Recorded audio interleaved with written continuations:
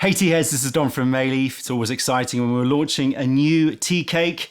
This one is a Ripe Pu'er Perfect because it's winter time. As I'm speaking to you, it's so cold here in London, and when it's cold, I crave these deep, dark, comforting brews. This is a Ripe Pu'er called GATEAU FLAPPER. This is GATEAU FLAPPER. I'll show you the artwork by Celine. The puffin leaping out of a Black Forest Gâteau cake. So Gâteau, the cake, Flapper, the bird. Reminds me of those, the idea was those, I don't know, I've only seen it in movies where like girls jumping out of a cake to set as a surprise. I think they might have been called Flapper girls. Anyway, that's not why we called it GATEAU Flapper. Obvious reasons, a flapping bird. So GATEAU Flapper. And yeah, you can see what we thought of this cake by the artwork. It's always risky when we do this, when we put something so specific in terms of a tasting note, Black Forest Gâteau cake. Hopefully it lives up to the artwork. This is the first time I'm trying it, so it's always a bit stressful.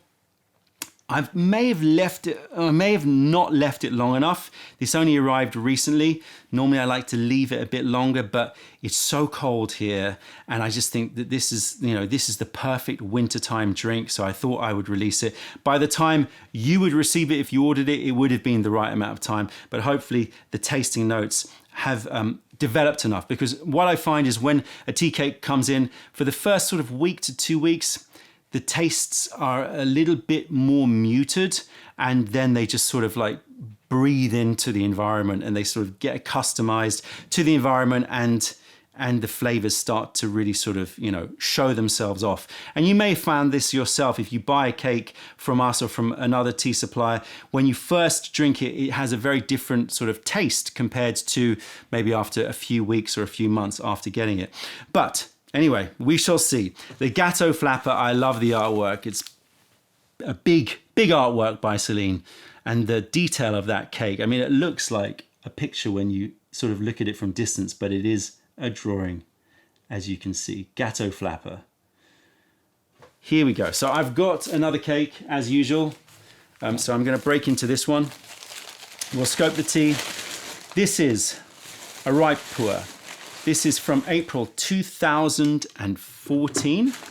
It's 2014. This is a cultivar Daiyezhong variety. Origin, this is from Menghai, Yunnan, China.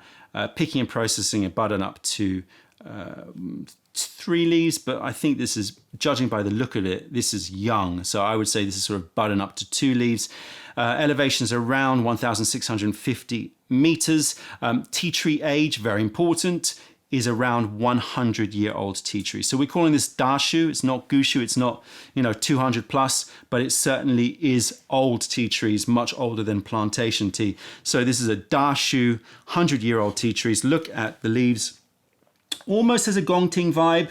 I mean, it's got a lot of those bronze, copper colored buds there. So it's very young picking and lots of buds. Would you call it Gongting? Gongting being the most high grade sort of bud heavy. And when I say high grade, that doesn't mean that it's better. It just means it's generally a bit more expensive because it's got a lot more buds. Doesn't mean it's better, because a character of a tea is a character of tea. Sometimes the big leaf have character that is really desirable. So it just tends to be a bit more expensive. I would say this is not quite Gongting, although it's pretty damn close.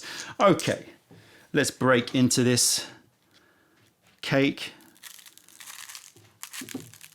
It's great to have another Ripe Pu'er in our roster of cakes. This one obviously sourced in 2023. I'm speaking to you from a very cold London here in January 2024. Wow, it's cold here. I mean, I know that some people out there are living in very cold places, so probably a lot colder than us. But like when London gets to sort of around, freezing point, it feels so much colder. I've been to Sweden, North Sweden, where it was like minus 30, and it sort of has an equivalent. No, but it doesn't, the cold is different depending on how damp it is. And in London, when it gets to this temperature, you really feel it penetrate your body. And so I am so in need of this kind of tea. This is what I crave during this time of year. Although to be fair, I do crave ripe pu'er most of the time of the year. Even when it's hot, something really cleansing and cooling about ripe pu'er. Ripe pu'er seems to be one of those teas that suits most weather, or most temperatures. But certainly I'm looking forward to a very comforting brew here. And, you know, as I said, maybe I've jumped on it a bit too quick, but we shall see. Here we go. We've got this beautiful Gaiwan here. Forgot what we called it. Purple iron glaze, iron purple. I can't remember. A link will be in the description, so you can get hold of this Gaiwan if you want. This Jingdezhen Gaiwan. Right, got a crab here. And let's get these leaves in. I've just eyeballed it. I'm guessing that's around, it's probably around 10 grams, something like that. I reckon that's enough. Probably a bit too much, but who knows. Put that there. All right, here we go. GATEAU FLAPPER. Stress level, the heart rate goes up a little bit at this point because I'm hoping that I'm going to be in love with this smell. Here we go. Okay, good. So I'm getting milky, creamy notes. Not so much the dark chocolate there, more white chocolate. Okay, white chocolate, soda bread. It's got that yeasty, bready quality, although soda bread doesn't have yeast, does it? But it's got a bit of a yeasty quality, like risen bread, but it also has a certain seltzery, Alka-Seltzery kind of quality that is that I associate with soda bread. Hazelnut, maybe hazelnut milk. Hazelnut and hazelnut milk. White chocolate, soda bread, some caramel, some clay. Take a look at the leaves again. You can see, dropping everywhere. Lovely pickings. It has, I was going to say gone out campfire, but it's not quite that. It reminds me, it's been a while since I've smelt this, but it reminds me if you take a box of matchsticks and you open up and you get the smell of the wood and you smell of the smell of the unlit matches is there. Leather. So it's got some of the more sort of, how do you say, non-food like notes, woods, unlit matches, leather, but then it's got a lot of the other foodie notes, white chocolate, hazelnut milk, and soda bread, caramel, some fudge. So I'm getting a lot of the fudges and the cream in the caramel. And I'm calling it soda bread now, but let's see if it develops into that chocolate sponge. But the chocolate is more at the moment, more like white chocolate. So we'll see. So more creamy and a bit lighter, a bit more blonde. But let's see how it opens up as we give it a rinse. Crab gets first dibs as usual.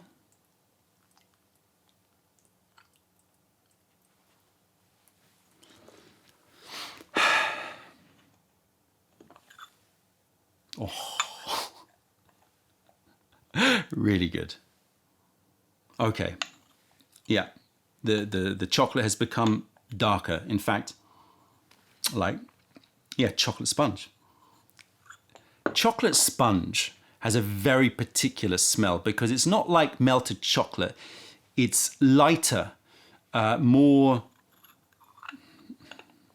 I can smell like the baking soda in it. I can smell the rising agent, right? So not yeast. It's much more about the soda breads, and sponges are usually made with some sort of baking soda. So it's got that chocolate baking soda light spongy quality to it. Butterscotch, lots of butterscotch, so that caramel's changed to butterscotch. The leathers are still there, so I'm still getting that non-food note. I'm getting some Chinese herbs. I don't know, I'll just throw it under Chinese herbs. But that general apothecary smell. Not getting the cherries yet, but definitely very, very creamy. Fudges, butterscotches, chocolate sponges. Whipped cream, the whipped cream is definitely there. So it's really, really creamy quality to it as well.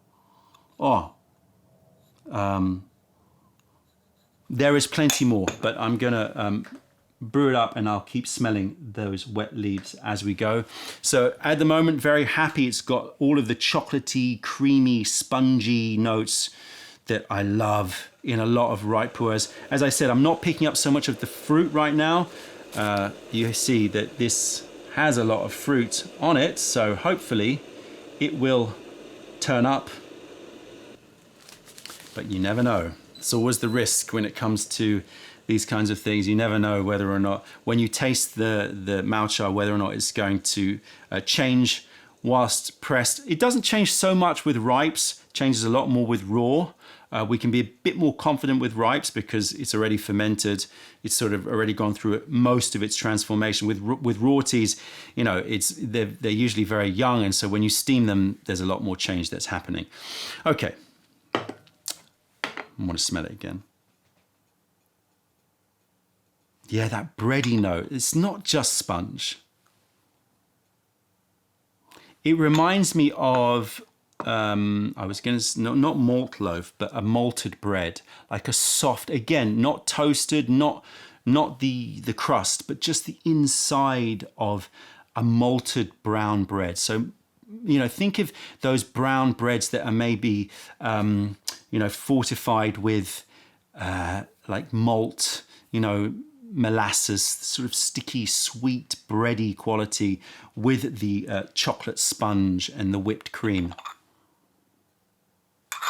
And drizzle butterscotch on top of it, and then the leathers, the clays, and the Chinese herbs. Really, really, really lovely. Very comforting, very warming.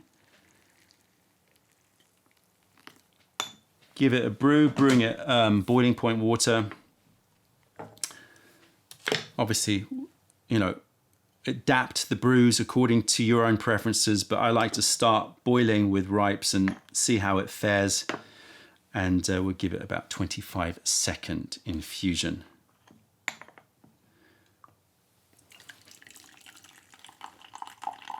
Color is very nice. Chestnut sort of color, but with like a nice cerise cherry-like rim to it. Yeah, it's that combination of the little bit dank woods and herbal notes mixed with those sponges, cocoa sponges and breads and butterscotch, which is very, very appealing about this tea. Let's focus on texture. Medium thick. I'm going to say it's close to thick, but I would say it's medium thick, but soft, voluptuous, filling, oily. Ooh, the finish on this, I think, is gonna creep up because just by that first sip, it's pretty potent finish. Okay, taste. So first infusion is I'm picking up more of the herbs. There is a cocoa note to it, reminds me of cocoa, like just dark cocoa. So a little bit of the bitters, a lot of that cocoa. So like it reminds me of a cocoa cookie or something like that. Not too sweet cocoa cookie. It's coming forward with a lot of that. The cocos. What else? Yeah, picking up that vanilla fudge note. So it's much sweeter when you swallow. So at the front, it's more of that cocoa forward taste, a little bit of Chinese herbs, some sort of antique woods, and then a lot of cocoa. And then after you swallow, then it really, like I said, the finish is really interesting on this, starting to immediately get cooling and sweet with that vanilla fudge note happening in the mouth. Really, really lovely. Definitely the cocoa biscuits, definitely the chocolate sponge. Whipped cream coming through, butterscotch, all of the things I talked about in the smell. But there's a lot more that's very intriguing in the taste, and we're going to try to dive into that as we brew into it. Oh, it's that bready quality coming through. It's really, really nice. Okay. Finish. I'm going to have a few more infusions, and then, you know, we're going to try to work out this mouthfeel because it's great. After only like a few sips of this tea. Second infusion going a bit shorter. Obviously the leaves have opened up.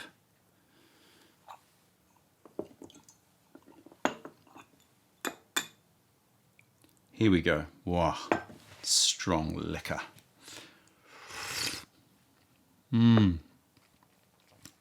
Second infusion, softened, really, really getting that that chocolate sponge and cream. Fudges.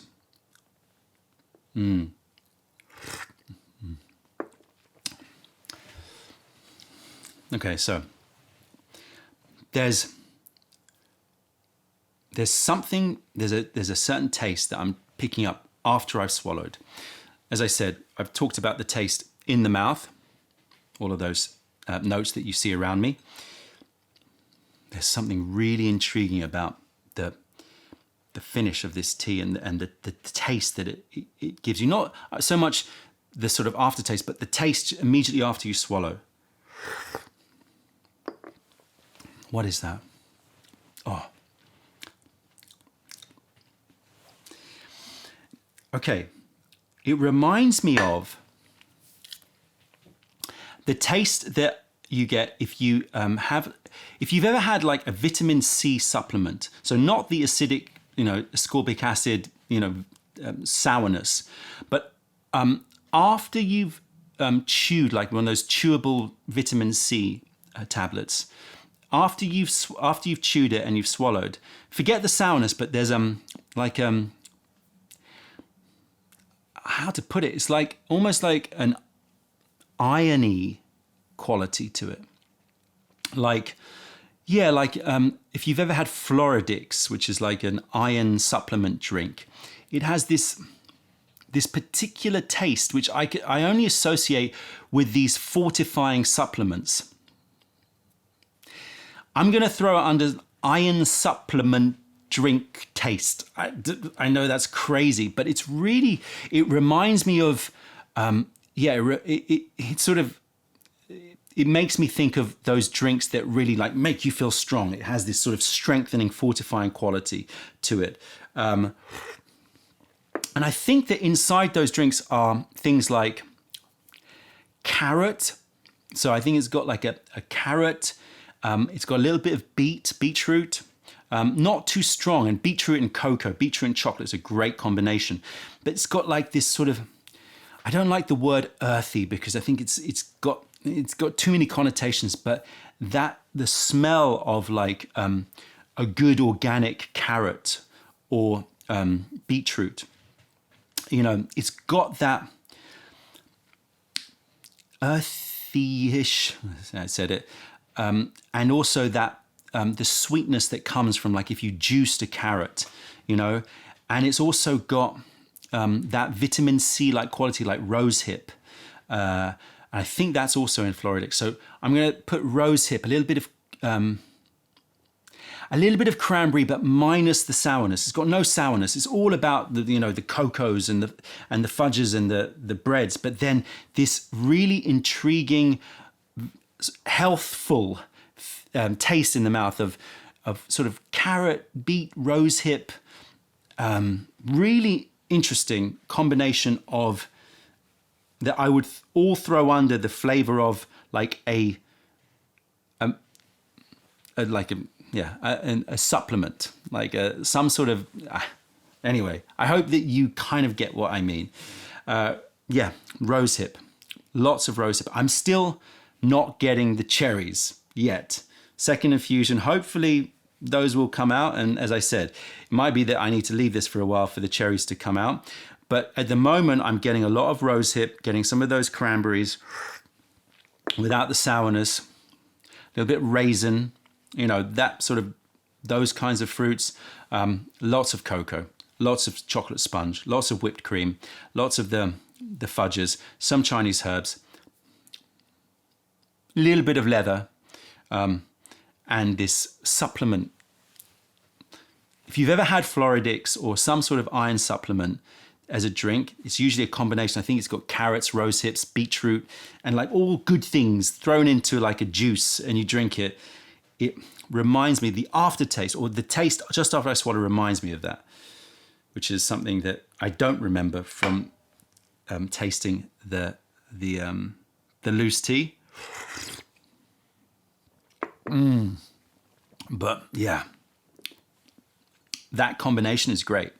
It's like at the beginning when you drink it, it's like, ooh, velvety comfort, chocolate and indulgence, and then you swallow and you go, ooh, and here's the fortifying, the stuff that's going to give you power to power you through the day.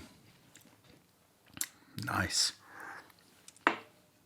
Do not recall a Ripe Puer that we've stocked that has had that tasting note. Delightful. Right.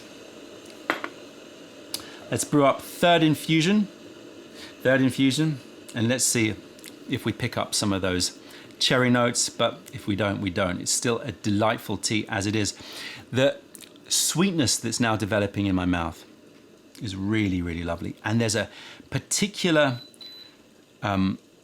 feeling in my mouth that's very hard to describe, and I've struggled with it many times, that I've always associated with. Okay, so it's like a buzzy, all over the mouth feel of like a cooling, buzzy sensation.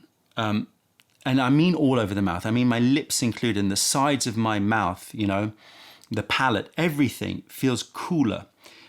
Feels like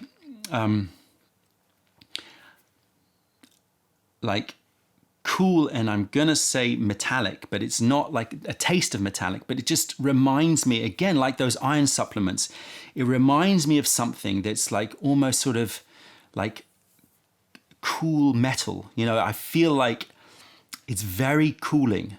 Like, if you left, I don't know, something metal out in the winter cold, it has that sort of very persistent cooling sensation. Some of these tasting notes are getting a bit wild, I recognize that, but I'm just shooting from the hip here, so forgive me, people. Yeah, and sweet, and so sweet. Rosehip. A little tang. Hard. This is a complex tea, and all the better for it. What is that? Oxidized apple.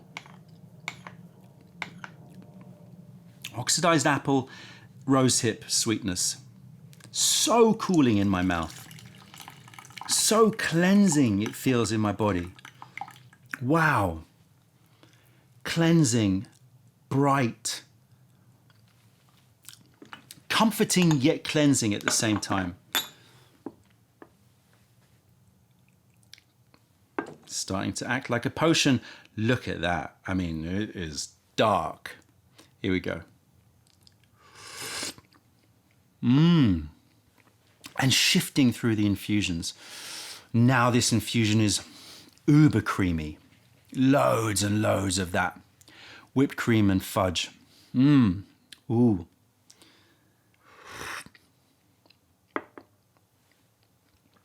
Oh, Oh, yes. Changes. Accentuating the sponge cake, accentuating the creams. Okay, the cherry, I'm not stretching. The cherry is there in the distance, but it's different. It's like overripe cherries. It's like slightly fermented, you know. It's got more of that funk to it, a little bit of sort of funky overripe cherry just in the background. And that complements all of the other notes really, really well.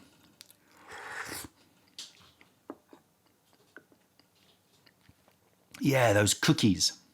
Again, that baking soda and soda bread.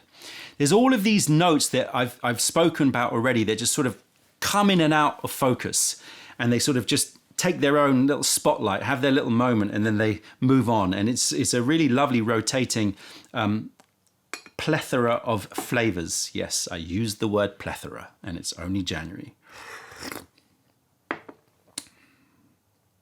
Different as well, more notes coming in. What's that?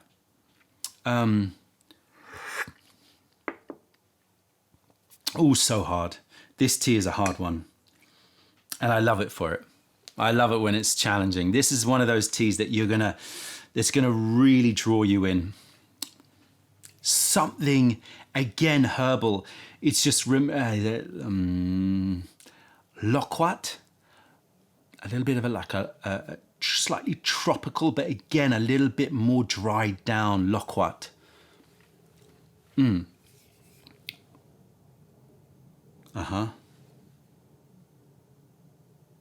Oh, reminds me of overbrewed peppermint tea. So if you take peppermint tea, it's not really minty, but it's got that like you've stewed the peppermint tea down, and you've got that like deep herbal note, like some of those herbal lozenges. It's definitely got these sort of medicinal, but not like medicinal, more like deep herbal quality to it. But then there's chocolate brownies, like the edges, like the slightly burnt edges of chocolate brownies. Oh, amazing. Oh my gosh, this is a crazy, crazy tea. Again, though, there's this like weird but metallic quality to it. And again, I don't mean, how do I say this? It reminds me of, if you take like a steel pan, you know, those carbon steel pans, and you heat them up, just, you know, it's got a slightly that kind of quality to it. I don't know if you've ever smelt that aroma, but I don't want you to think this is a metallic tea, because if somebody said to me this tea tastes metallic, I'd be like, oh, that doesn't sound good. It's kind of got the character or quality of that in the smell and in the feel. There's something. If I was to redesign this, I would probably put like a spoon in the cake or something. Yeah, amazing. But then so much butterscotch and warmth and cocoa. So it's just that this one note really, really intrigues me. Anyway, I'm gonna drink through, I've had 3 infusions. I'm gonna drink through a few and we'll see what the body sensation is like. 8th infusion of GATEAU FLAPPER, and I am wowed by this tea. It is one of the most rich, complex teas that I can recall in recent years. It's got so much going on, and across such a wide spectrum, from the creamy, light whipped cream quality to the cocoa and chocolate sponges, the soda breads and malted loaves, moving into the rose hips, the dried raisins, that overripe cherry, moving into the woods and the leathers, moving into the herbals, and moving into those healthful supplement quality to it, the beets and the carrots. I mean, it's just got such an amazing spectrum of flavors that seem to work really well with each other, but like show themselves off at different stages in the mouth. So, you know, when you drink it,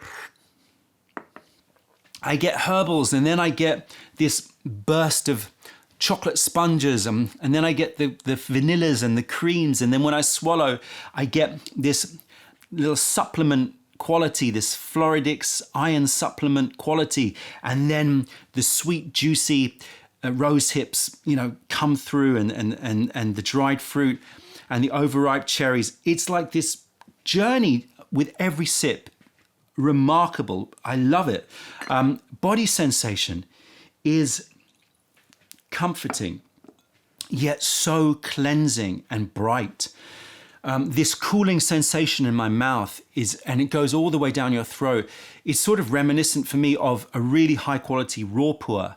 You know, that very cooling quality, that easy breathing quality. And it feels like, I feel like my shoulders feel lighter, like some of the weight of the world has been taken off. It's a great tea for this time of year when you're feeling like you're huddling up, you know, because of the cold. Everything feels lighter. It's got a mood enhancing quality to it, but a lightness, not a drunkenness, like a light mood enhancing feel to it. And very, cleansing and cooling in my throat and in my mouth. Real buzzy. I talk about that metallic quality. It's like hard to describe, but it just has this ring to it in my mouth that's cool and fresh. I think that this is a tea that I am gonna so enjoy every single session with it, because it's gonna present itself in different ways. It's got so many different sort of facets to its character that they're all gonna be shown off differently at different times. And I'm really interested to see how this tea develops in the next week, 2 weeks, month, because I feel like it's got so much going on that it's gonna have a lot to, you know, evolve. The GATEAU Flapper. I was expecting a Black Forest GATEAU experience, but I got so much more. Let me know your thoughts if you pick it up. That's it, tea heads. Check out other videos, taste our teas wherever you are in the world by browsing mayleaf.com, and come visit us if you're ever in London. Other than that, I'm Don from Mayleaf. Thank you for being a part of the revelation of true tea. Stay away from those tea bags. Keep drinking the supreme stuff and spread the word, because nobody deserves bad tea. Bye.